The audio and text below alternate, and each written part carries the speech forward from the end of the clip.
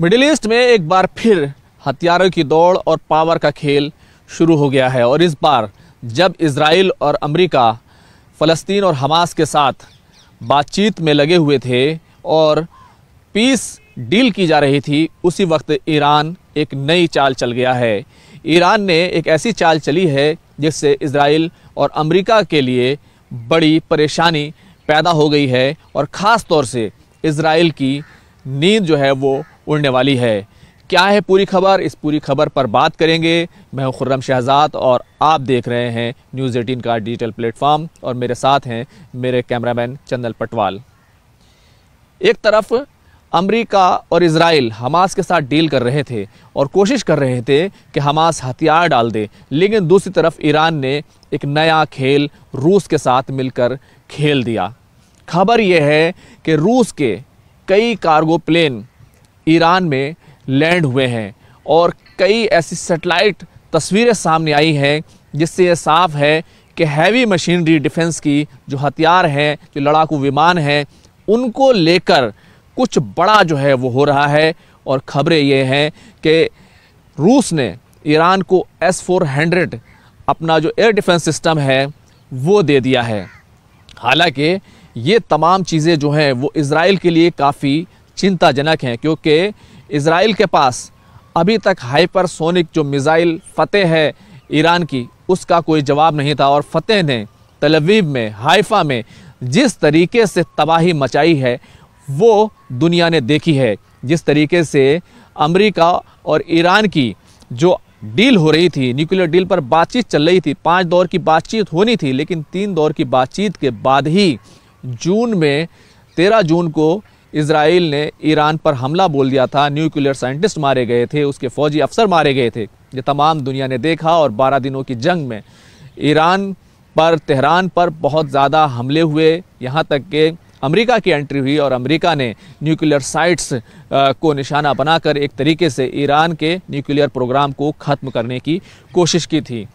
लेकिन ईरान ने एक तरफ S-400 हासिल करने की खबरें आ रही हैं कि S-400 मिल गया है और साथ ही साथ सुखोई 35 जो 4+4+ जनरेशन का फाइटर प्लेन है, वो भी रूस से ईरान हासिल करने जा रहा है। और दरअसल रूस जो है वो ईरान के साथ पूरी दोस्ती निभा रहा है। अभी तो ये खबर है, लेकिन इससे पहले की जो पूरी ऑफिशियल खबर है, जिसकी पुष्टि पूरी दुनिया के सामने हो चुकी है कि जिस न्यूक्लियर प्रोग्राम के ऊपर इजराइल और अमेरिका परेशान थे, अब वही न्यूक्लियर डील जो है रशिया ने ईरान के साथ की है और उसके 8 एटमी रिएक्टर जो है वो रूस की मदद से तैयार किए जाने वाले हैं। ये पूरी खबरें जो है ईरान से साफ तौर पर आई है। जो एटॉमिक एनर्जी का ईरान का प्रोग्राम है, मोहम्मद इस्लामी, उनकी तरफ से इस बात की पुष्टि की गई है कि हम जो ये पूरे जो न्यूक्लियर प्लांट हैं वो हम बनाने जा रहे हैं। तो अब इस पूरे खेल को आप देखिए, इसको समझिए कि किस तरीके से ईरान की जो कमज़ोरी पूरी वॉर के अंदर खुलकर सामने आई थी। एक तो इसका एयर डिफेंस सिस्टम था कि उसके पास जो घरेलू एयर डिफेंस सिस्टम था भावर 73, वो नाकाम हो गया था और इजराइल ये दावा करने लगा था कि हमारा पूरा कब्ज़ा ईरान के आसमान में है। और देखने को भी मिला, तमाम तरह के मिसाइलें, ड्रोन हमले, फाइटर जेट्स के हमले, वो सब कुछ देखने को मिले थे।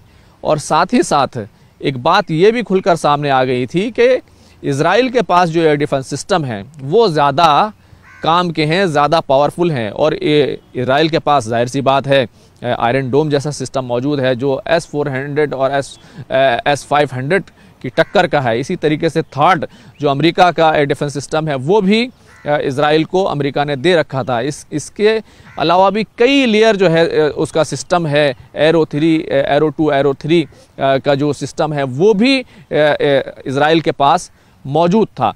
तो इसकी वजह से इजराइल पर उतने ज़्यादा कामयाब हमले नहीं हुए, सिवाय कुछ जो मिसाइलें थी, जो हाइपरसोनिक मिसाइलें थी, वो इजराइल को परेशान करने में, वहाँ तबाही मचाने में कामयाब हुई थी। तो ईरान ने एक बड़ा खेल जो है इधर से रच दिया है। हालांकि अभी देखें तो रशिया जो है वो इस पूरे मामले में की प्लेयर है। इससे पहले आपको मालूम है जिस तरीके से चाइना ने ईरान की मदद की थी और J-10 विमान जो है देने का सौदा किया था।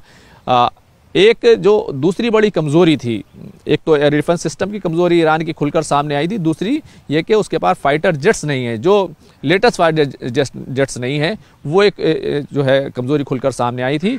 तो चाइना से J-10 विमान, फाइटर लड़ाकू विमान है, वो उसको मिलने जा रहे हैं।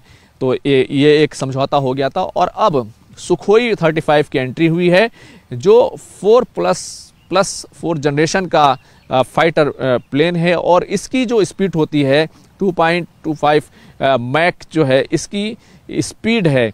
तो इसका मतलब ये है कि ईरान जो है वो एक तरीके से कैपेबल हो जाएगा। और इनकी एक ख़ास बात और है कि 400 किलोमीटर दूर से ये दुश्मन के विमान को पहचानने की, दुश्मन के फाइटर प्लेन को पहचानने की Su-35 जो फाइटर जेट है रशिया का, उसके अंदर ये सलाहियत और ये काबिलियत उसके अंदर मौजूद है कि वो ऐसा कर सकता है।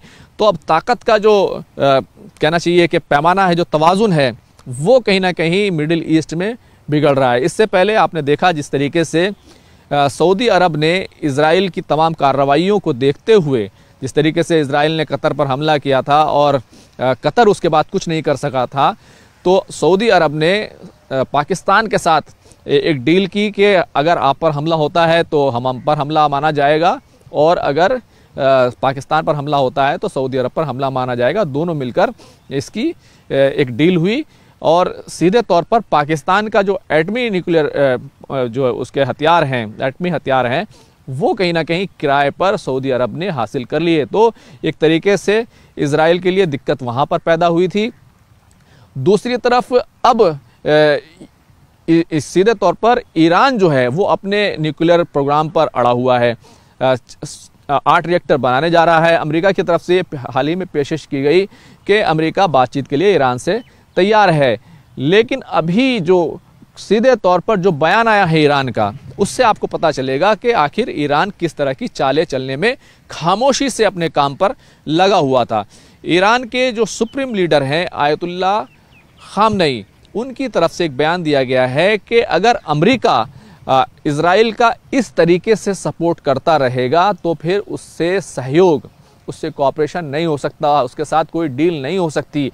हालांकि अब अगर आप देखें तो इजराइल माफ़ कीजिएगा, ईरान जो है वो पूरी तरीके से पाबंदियों में जकड़ा हुआ है। यहाँ तक कि जो भारत जिस बंदरगाह को, चाबहार को डेवलप कर रहा था, उसको अभी 6 महीने की छूट मिली है, वरना उसको भी एक तरीके से उस पर भी तमाम पाबंदियाँ, तमाम रिस्ट्रिक्शंस लगा दिए गए थे और ईरान से तेल खरीदना, उसके साथ बिज़नेस करना, ये काफ़ी मुश्किल हो गया था।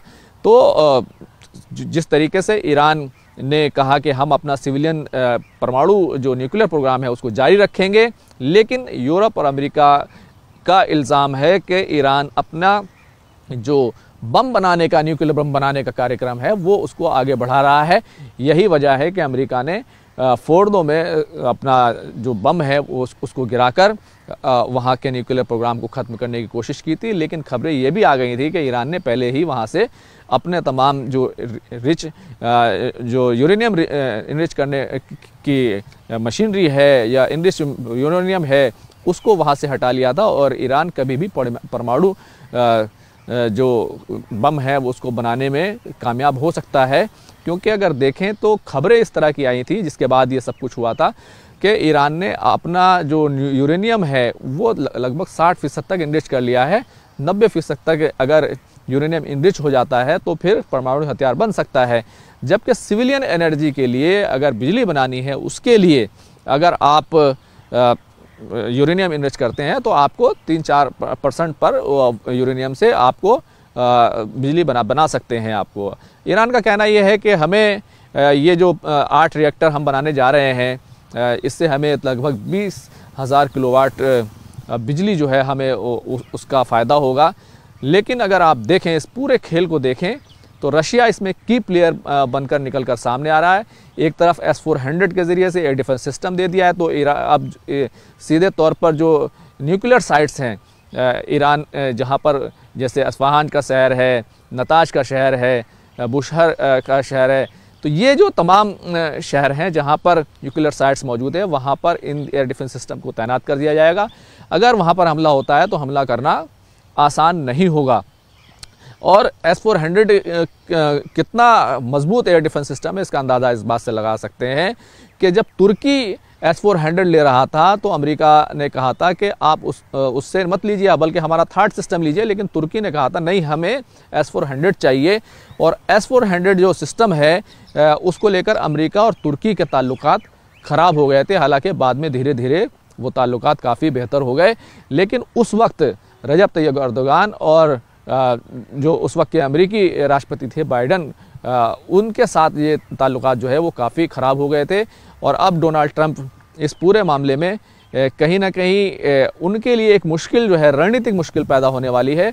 और ख़ास तौर से इज़राइल के लिए ईरान एक बड़ा मसला बन गया है, क्योंकि अब ना तो सीधे तौर पर इज़राइल ईरान को निशाना बनाकर हमले कर सकता है, हालांकि इज़राइल की जो इंटेलिजेंस है वो काफ़ी मजबूत है, वो दूसरे तरीके से अपने तरीके से काम कर सकती है, लेकिन हवाई हमले करना, मिसाइल हमले करना, ड्रोन हमले करना, ये काफ़ी मुश्किल होने वाला है, न सिर्फ इज़राइल के लिए बल्कि अमेरिका के लिए भी काफ़ी मुश्किल होने वाला है।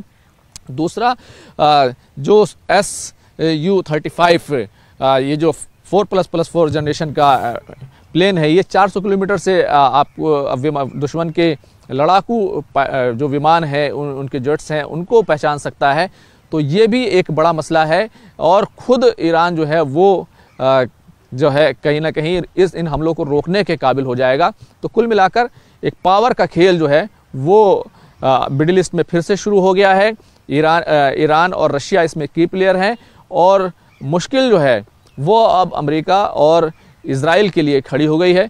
ये खबर आपको कैसी लगी, और ईरान को लेकर आप क्या समझते हैं? क्या ईरान ने सही किया, और क्या आपको नहीं लगता कि ईरान जिस तरीके से अपने एयर डिफेंस सिस्टम को, अपने अटैकिंग एयर जेट्स, अपने जो जेट्स हैं, लड़ाकू विमान हैं, उनको जिस तरीके से बढ़ा रहा है, इससे क्या हथियारों की दौड़ शुरू नहीं हो जाएगी, या ईरान के लिए ये ज़रूरी है? आप इस पूरे मुद्दे पर क्या सोचते हैं? कमेंट कर ज़रूर बताइएगा। कैमरामैन चंदन पटवाल के साथ खुर्रम शहजाद, न्यूज़ 18 दिल्ली।